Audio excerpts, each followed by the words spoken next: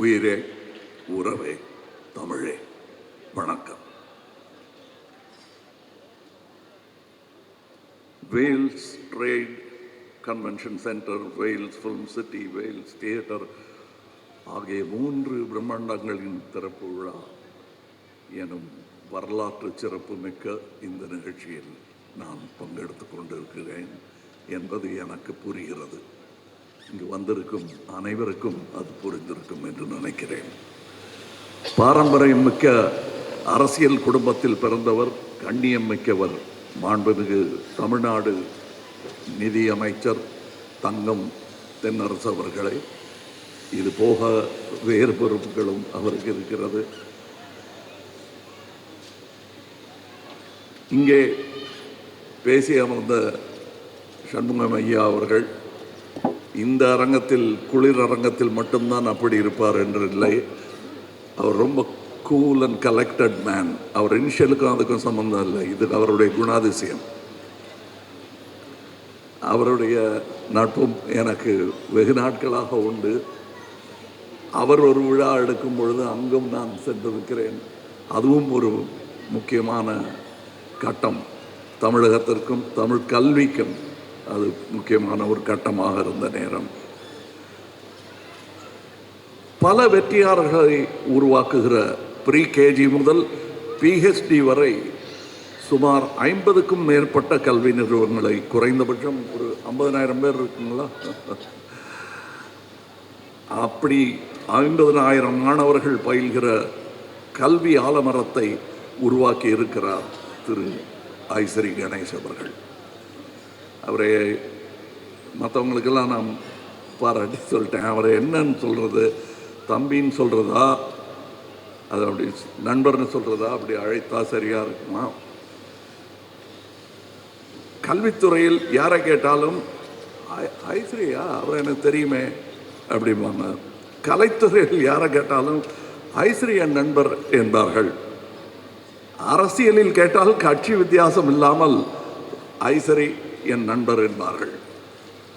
தவிர நானே உக்காந்துருப்பேன். எங்கள் நட்பை பற்றி பெருசாக நான் பறைசாற்றிக்கிறது கிடையாது. ஏன்னா எங்கள் நட்பு என்பது இவரிலிருந்து ஆரம்பிக்கவில்லை, இவரிலிருந்து ஆரம்பித்தது. ஐயா அவர்களுடன் நான் படத்தில் நடித்திருக்கிறேன். சத்யா மூவிஸ் படத்தில் நான் கதாநாயகன் என்றாலும் அவருக்கு தயாரிப்பாளருடன் மிக நெருங்கிய தொடர்பு. நான் 2ஆம் பட்சம் தான் அதில்.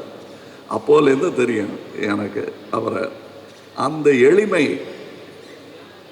அவருக்கு ஊட்டி வளர்த்திருக்கிறார் என்பதற்கு உதாரணம் என் நண்பர் ஐசரி கணேஷ் அவர்கள். சரி, இந்த கமலஹாசனுக்கும் ஐசரி கணேஷ் அவர்களுக்கும் என்ன சம்பந்தம்? வேல்ஸ் இன்டர்நேஷ்னல் தயாரிப்பில் நான் நடித்ததில்லை. ராஜ்கமலும் அவரை சேர்ந்து ஒரு படமும் பண்ணதில்லை.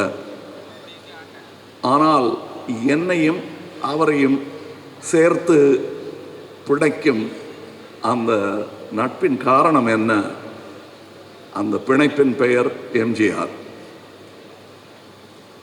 எம்ஜிஆர் அவர்கள்தான் எங்களை நண்பர்களாக, சகோதரர்களாக மாற்றினார் என்றால் அது மிகையாகாது. இது நானும் இவர் மாதிரி தான். இங்கே எனக்கு என்னென்னமோ பட்டங்கள் சொல்லி இங்கே என்னை வரவேற்றார்கள். என்னுடைய உண்மையான அட்ரஸ் என்ன என்றால், நான் சினிமாவின் குழந்தை. எனக்கு சினிமா தவிர வேறு எதுவும் தெரியாது. அந்த வழியில் அது பண்ணிக்கிட்டே இருக்கும்போது கற்றுக்கிட்டது தான் எல்லாம். என் மொழியும் என் கல்வியும் இப்பொழுது நான் பெற்றிருக்கும் பட்டங்களும் எல்லாமே எனக்கு சினிமா கொடுத்தது தான். அப்படிப்பட்ட சினிமா ஏதோ தேஞ்சிக்கிட்டே இருக்கிற மாதிரி எனக்கு ஒரு பயம் ஒரு 20-25 வருஷத்துக்கு முன்னாடி வந்தது. ஏன்னா 17 ஃப்ளோர்களுடன் கூடிய ஆசியாவிலேயே மிகப்பெரிய ஸ்டூடியோ என்று இருந்தது. பார்த்து நான் எதிர் ஸ்டூடியோவிலேருந்து பொறாமப்பட்டிருக்கேன். சரவணன் சார்கிட்ட போய் சொல்லியிருக்கேன், ஏன் சார் நம்ம இன்னும் ஒரு 15-20 சொன்னால் நம்மது 20 ஃப்ளோர் வச்சோம்னா ஆசியாவிலே பெரிய ஸ்டூடியோ நம்ம ஸ்டூடியோ ஆகிடுமே அப்படின்னு சின்ன பையனாக இருக்கும்போது சொல்லியிருக்கேன். சரி, நீ பார்த்துப்பியா அந்த 10 ஃப்ளோருன்னு கேட்டார். இப்போ அந்த பொறுப்பு சுஷ்மிதா அவர்களுக்கு வந்திருக்கிறது. நீங்கள் பார்த்துக்க போகிறீங்க. நான் பயந்து ஐயையோ முடியாதுன்ட்டேன். நான் அப்போ சின்ன வயசு தான், நானும் தைரியமாக முடியாதுன்ட்டேன். ஆனால் நீங்கள் இவ்வளோ பெரிய பொறுப்பை ஏற்றுக்கிட்டு இருக்கீங்க. உங்கள் அப்பா காதில் கிசுகிசுத்துக்கிட்டு இருந்தேன். இன்னும் அமெரிக்கன் ஸ்டூடியோஸ் எல்லாம் நீங்கள் போய் பார்க்கணும், அதையெல்லாம் இங்கே கொண்டு வரணும். நான் பார்த்த அந்த 17ங்கிற அந்த நம்பரை தாண்டிட்டார், 20 போட்டார். இங்கே ஆசியாவின் மிகப்பெரிய ஸ்டூடியோ இன்று இங்கே இருக்கிறது. அது இங்கே இருப்பது நியாயம்தான். காரணம், த பேன் இண்டியா மூவி என்பதை துவங்கியதே சென்னை தான். இங்கே எத்தனை படங்கள் எடுத்துக்கொண்டிருந்தார்கள் என்று. இதுதான் hub, pan India film making hub என்றால் அது சென்னை தான். மும்பையிலும் பெரிய ஒரு இண்டஸ்ட்ரி இயங்கிக் கொண்டிருக்கிறது என்றாலும் அவர்கள் அந்த மொழியில் மட்டுமே படம் எடுப்பார்கள், அவர்கள் மொழியிலேயே படம் எடுப்பார்கள்.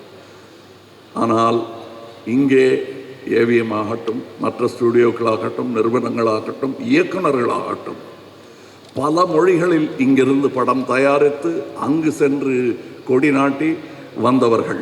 உலகத்தின் அதிகமான சினிமாக்களை தயாரிக்கும் இந்த நாட்டில் இப்படி ஒரு இடம் இருக்க வேண்டியது அவசியம் என்பதை ஒரு அரசு முடிவு செய்யாமல் தனி மனிதர் முடிவு செய்திருப்பது பாராட்டுக்குரியது. இதை நாங்கள் அல்லவா செய்திருக்க வேண்டும் என்று இங்கே இருக்கும் சினிமாக்காரர்கள் எல்லோர் மனதிலும் தோன்றியிருக்கும். அதற்கு நான் விதிவிலக்கு அல்ல. எத்தனை படம் பண்ணியிருக்கோம், எவ்வளோ சினிமாவை பற்றி பேசுகிறோம். இந்த மாதிரி ஒரு இடத்த கட்டணும்னு நான் பேசி தான் இருக்கேன், செய்யவே இல்லையே.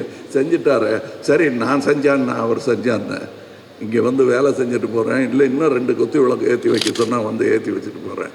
ஏன்னால் சினிமாவுக்காக ஏற்றி வைக்கும் விளக்கு அது. அதனால்தான் நான் இந்த ஃபங்க்ஷனுக்கு வந்தேன். ஐயா அமைச்சர் அவர்கள், என் மத்திய அமைச்சர் கூட நாட்டின் கடமைக்காக இங்கே வரவில்லை. அதிலும் பெருமை தமிழகத்தில் இருக்கிறது. 6 நிதி அமைச்சர்களை இந்தியாவிற்கு தந்த பெருமை தமிழகத்திற்கு உண்டு. ஆக நம்ம தமிழ்நாட்டை சும்மா ஈஸியாக இடம் போட்டுற முடியாது. அதற்கு இப்படி ஒரு இடம் வேண்டும். நாம் பெருமையாக மார்தட்டி சொல்லிக்கொள்ள ஒரு அட்ரஸ் வேண்டும். அந்த அட்ரஸ் இதுவாக இருப்பதில் எனக்கு பெருமை. காரணம், முதலாளியே எனக்கு பர்சனலாக தெரியும். அதான் அது நான் செய்ய வேண்டியதை நீங்கள் செய்ததாக நினைக்கிறேன். ஒரு சகோதரன் செய்ய மறந்ததை, இயலாமல் போனதை இன்னொரு சகோதரன் செய்திருக்கிறார் என்றே நான் பெருமையாக அதை நினைத்து கொள்கிறேன். இங்கே இன்னும் நிறைய வர வேண்டும். அதை நடத்துகிறவங்க கிட்ட தான் அதை பேசணும். ஆமாம், நிறைய இங்கே நாம் சினிமாவை கற்றோம். எங்கு கட்டுறோம் என்று சொல்ல எனக்கு தெரியல. நான் ஏவிஎம்மில் கற்றுக்கிட்டேன். அடுத்து இங்கே இருக்கார், நான் எங்கே கற்றுட்டேன்னு சொல்கிறது நடராஜன் சார் இருக்கார். அவ்வளோதான் எனக்கு இன்ஸ்டிடியூஷன். இவங்க 2 பேரும் கிடைக்காம இருந்திருந்தால் நான் என்ன பண்ணியிருப்பேன்னு யோசிச்சு பார்த்தா கொஞ்சம் கால் நடுக்கமாக தான் இருக்குது. ஆனால் அந்த நடுக்கங்கள் வரும் தலைமுறைக்கு இல்லாமல் இருக்க நீங்கள் இங்கே சினிமா பயிலும் ஒரு அரங்கத்தையும் ஏற்படுத்த வேண்டும். காரணம், நாம் அதற்கான ஏற்பாடுகளை செய்ய மறந்து விட்டதாகவே நினைக்கிறேன். நான் சொல்கிறது கவர்மெண்ட்டை சொல்லலை, இண்டஸ்ட்ரி அதை செய்ய வேண்டும்.